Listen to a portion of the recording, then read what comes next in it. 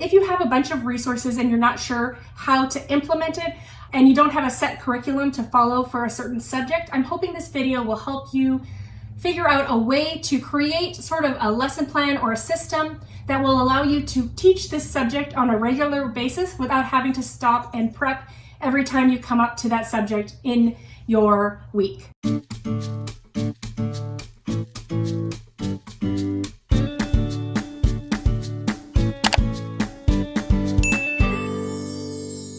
Hi friends, welcome back to Common the Cast Homeschool. My name is Devine and today I'm going to be making a video about how I'm planning out my Mandarin Chinese lessons. Now this video is intended to help two different people. The first person I'm trying to help with this video is just showing a way of planning out curriculum. So I have some Chinese resources here, some Mandarin Chinese resources. I'm going to take a look at what I have here and I'm going to come up with my own curriculum using these resources. So the second group of people I'm hoping this video will help are people who are looking for Mandarin Chinese resources. I'm going to show you what I have in my bin, what resources I have to work with this year, and I will link in the description box below all the links that I can find for these resources. So if you're in either of those categories, I'm hoping this video will be helpful for you. Okay, so the first thing I'm going to do is I'm going to go through what I have here. I'm going to lay it out here on the table. Then I'm going to decide what my basic or what my main curriculum source is going to be. And then I'm going to plot out the activities or just the things that we're going to do on a regular basis to help my children learn Mandarin Chinese. So let's go through my bin. So here on the top here, I have Chinese Made Easy for Kids. This is the textbook. And I also have a workbook. I just picked this up recently. I do want my kids to start learning how to write in Mandarin Chinese. So this is likely going to be one of my main resources this year. I haven't used this yet, so let me just put that over here for now. I have Chinese writing practice book that I picked up off of Amazon. This is blank. Well, it's for practicing writing characters. I bought two of these, one for each of my daughters. And then I have some that I'm going to let my boys use as well. So that is just something we're going to do when we're practicing writing our Mandarin Chinese. All right, I have these readers that I absolutely love. I bought these for my daughter when we adopted her from Taiwan. So she was probably 2 when I found these, and I used to read them to her as a child. And now we're using it to learn phrases in Mandarin. So this is a really cool little set, and I used this last year. I would say this was my primary curriculum last year. So I'm just gonna make a pile of those here. That has I'm not sure how many, maybe 36 books, and we probably got through about 12 of them. I apologize if you can hear the dogs barking. It's quite warm. I have our door open over there. Hopefully they won't keep barking. Okay, so then I just have some random cartoons, little kid stuff in Mandarin Chinese. I haven't used these yet. These will definitely not be a main part of our curriculum. Kind of forget I have them most of the time. So I'm just gonna put that here. I'm not sure if we'll use those or not. I have the Chinese for Kids flashcards. These have been really helpful. We have definitely used that this year. I have a link to this below. It has some really basic vocabulary that we've been studying. We have probably learned about maybe 2/3 of these so far. Anytime we come to vocabulary that is in here, I just take those out and we can play games and stuff with that. So we'll definitely be continuing to use this year. I have these other little flashcards, also has random vocabulary, and this actually teaches the bpm. If you're from Taiwan, you'll know that there are certain, it's like a Taiwanese alphabet. It's not really used in China. I'm not going to be teaching my kids bpm just because I feel like it's kind of hard to find resources to do that. But anyways, more flashcards that I can use as I want to. This I am not even looked at, really. More flashcards. I think my sister gave me some of these resources here. So we have just some more flashcards here that I can use as we are learning things. So I have about 3 sets of flashcards here. All right, and then next I have these two. These are authentic Taiwanese practice books. So it's the same thing. They have little squares that they can write in. I think I'm going to let my boys use these for practicing writing. Really, for them, it's just going to be a fun thing to do. I'm not going to take the writing of this too seriously, but they'll find it fun to be writing some Chinese characters. All right, what is this?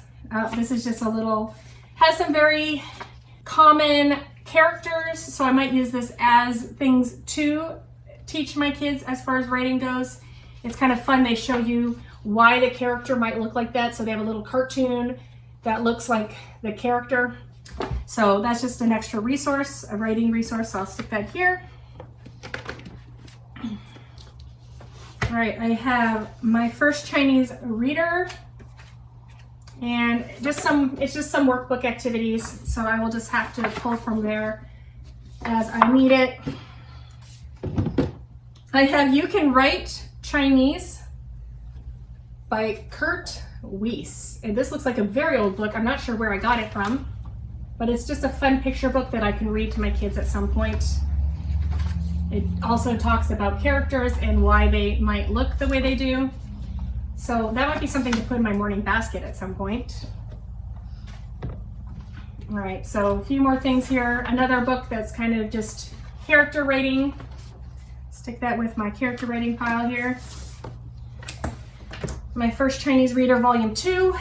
So I have some of these resources from when my daughter was learning Mandarin Chinese from a tutor up in Canada. We live really close to the border, so her and her cousin were doing Mandarin Chinese together. This is quite advanced, so I'm just gonna stick this in my bin. I don't think we'll be getting to this at any point this year.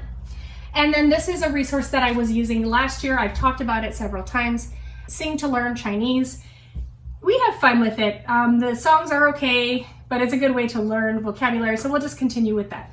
So I think based on looking at the stuff that I have here, I'm probably going, what I did last year, let's first go with that. What I did last year was I used this and I used these books to decide on the vocabulary that we were learning next and the phrases that we were learning next.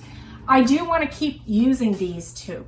So what I'm going to do is I have my notebook here, and I'm going to make a list of the types of activities that we did on a regular basis, or the types of activities that I think we want to do sort of in a rotation. So for example, if we start a new unit or a new chapter, what is the order of things that we would do that would incorporate some review of the old things that we have learned. So let me just sit down. I'm just going to pause this. I'm going to think of a list of things that we did last year, the activities that we enjoyed doing last year that I want to continue this year, and see if there are any other activities that I think I should add in my rotation of our lessons. So I'm just going to pause. All right, so I've taken a look at what I have here, and I think I do want this one here, Chinese Made Easy, to be my main text.